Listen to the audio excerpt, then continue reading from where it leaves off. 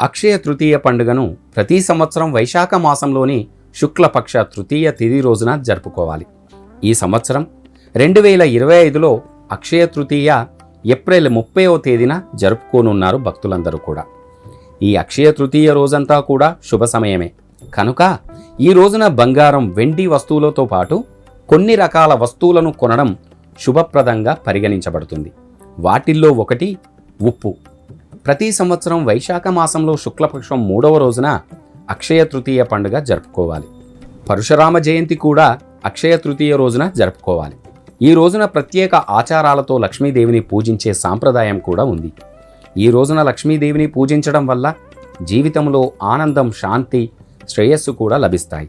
ఏదైనా కొనడానికి అక్షయ తృతీయ రోజు చాలా ప్రత్యేకమైనది. ఈ అక్షయ తృతీయ రోజున బంగారం, వెండి కొనడం పవిత్రమైనదిగా కూడా భావించాలి. అక్షయ తృతీయ రోజున బంగారం కొనడం వల్ల ఆ ఇంట్లో అదృష్టం, శ్రేయస్సు వస్తుందని కూడా నమ్మాలి. చాలామంది కూడా అక్షయ తృతీయ రోజున ఉప్పు కొంటారు.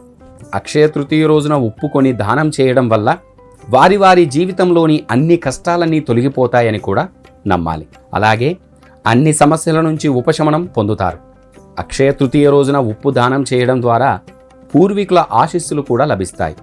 అక్షయ తృతీయ రోజున ఉప్పు కొనడానికి ఇదే అసలైన కారణం కూడా. ఈ అక్షయ తృతీయ రోజున ఎలాంటి ఉప్పు కొనాలి అంటే సాధారణ రాతి ఉప్పును కొనడం శుభప్రదం. అక్షయ తృతీయ రోజున రాతి ఉప్పు కొనడం వల్ల లక్ష్మీదేవి ప్రసన్నమవుతుందని కూడా మన శాస్త్ర పురాణం. ఇలా చేయడం ద్వారా ఇంటి వాస్తు దోషం కూడా తొలగిపోతుంది. ఈ అక్షయ తృతీయ రోజున కొన్న ఉప్పును బాత్రూంలో ఒక గాజు గిన్నెలో ఉంచుకోవాలి. దీనివల్ల ఆ వాస్తు దోషాలు తొలగిపోతాయి.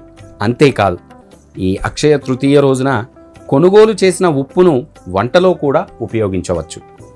అక్షయ తృతీయ రోజున రాతి ఉప్పుని కొనడం వల్ల ఏం జరుగుతుంది అంటే ఈ రాతి ఉప్పు కొనడం చాలా పవిత్రమైనదిగా భావించాలి. రాతి ఉప్పు భౌతిక సుఖాలకు అధిపతి అయిన శుక్రుడికి మానసిక ప్రశాంతతకు కారణమైన గ్రహం. ఆ చంద్రుడికి సంబంధించినదని కూడా నమ్మాలి. కనుక ఈ రోజున రాతి ఉప్పు కొనడం వల్ల సంపద పెరుగుతుంది, భక్తుల యొక్క మానసిక ప్రశాంతత కూడా లభిస్తుంది. అక్షయ తృతీయ రోజున ఉదయం కుటుంబ సభ్యులంతా తలార స్నానం చేసి శుభ్రమైన బట్టలను ధరించాలి. ఈ అక్షయ తృతీయ రోజున ఉపవాసం, దానం చేయడం వల్ల పుణ్యఫలం లభిస్తుంది. మీరు చాలా కాలంగా బంగారం కొనాలని ఆలోచిస్తున్నట్టయితే ఈ అక్షయ తృతీయ దానికి చాలా పవిత్రమైన రోజుగా భావించాలి.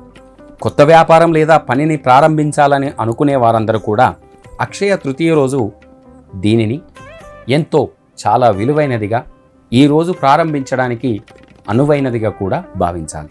అక్షయ తృతీయ కొత్త వాహనాన్ని కొనుగోలు చేయడానికి కూడా చాలా పవిత్రమైన రోజుగా పరిగణించబడింది. కొత్త ఇల్లు లేదా ఆస్తిని కొనుగోలు చేయడానికి కూడా ఈ అక్షయ తృతీయ రోజు దీనికి చాలా అత్యంత అనుకూలమైన రోజు. ఈ రోజున సానుకూల దృక్పథాన్ని కొనసాగించాలి. వాదనలకు దిగవద్దు, అవి దురదృష్టాన్ని ఆకర్షించగలవు. అక్షయ తృతీయ రోజు మద్యం సేవించడం, ధూమపానం చేయడం లేదా జుట్టు, గోర్లు కత్తిరించడం వంటి కార్యకలాపాలకు దూరంగా ఉండడం ఎంతో మంచిది కూడా. ఈ రోజున డబ్బు తీసుకోవడం లేదా అప్పు ఇవ్వడం అశుభకరమైనదిగా పరిగణించబడింది. ఈ రోజు ఎవరు అప్పు తీసుకోకుండా, అప్పు ఇవ్వకుండా కూడా ఉంటే చాలా మంచిది.